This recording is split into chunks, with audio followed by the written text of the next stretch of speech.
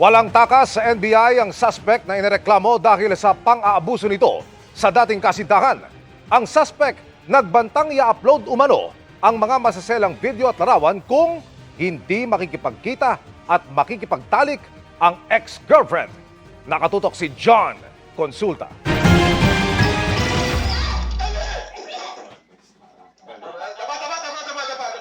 Pagbukas ng pinto ng motel, agad pinasok ng mga tauhan ng NBI Fraud and Financial Crimes Division ang kwarto at inaresto ang suspect na inireklamo.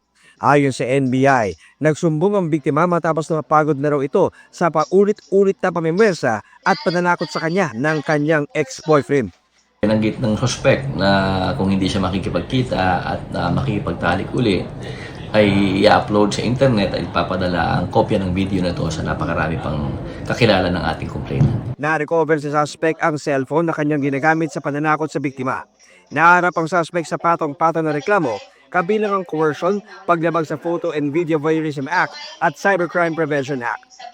3 araw bago ang Araw ng mga Puso, may paalala ng NBI kaugnay sa pagkuha ng mga intimate videos. As much as possible, kung pwede, sana hindi na nire-record.